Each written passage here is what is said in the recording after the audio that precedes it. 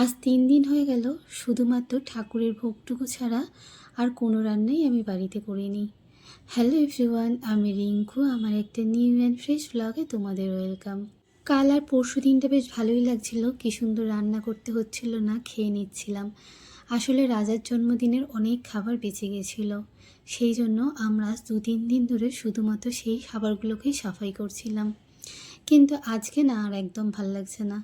আজকে মনটা কিন্তু খুব হচ্ছিল একদম হালকা পাতলা মাছের ঝোল আর ভাত খাবো, কিন্তু এত খাবার সেগুলো তো নষ্ট করা যাবে না।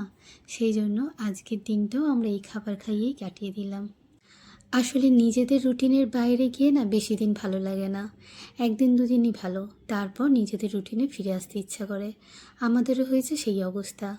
১-২ দিনই ভালো লাগছিল এরকম রিচ খাওয়া দাওয়া, তারপর খুব মনে হচ্ছিল আমরা আমাদের রেগুলার লাইফে ফিরে আসি, অ্যাটলিস্ট নিজেরা রান্না করে একটু ডাল ভাত খাই। খাবারগুলো ফ্রিজ থেকে বের করে গরম করে রেখে দিলাম। ওয়েট করছি সানার জন্য। ও আজকে এক্সাম দিতে গেছে, ও আসার পর তারপর ফ্রেশ ট্রেশ হয়ে নিলে একসাথে সবাই মিলে লাঞ্চটা করে নেব। শুধু খেতে বসার আগে অল্প একটু পাঁপড় ভেজে নেব। আসলে এই আনারসের চাটনি দিয়ে পাঁপড় খেতে আমরা বাড়িতে সবাই খুব ভালোবাসি।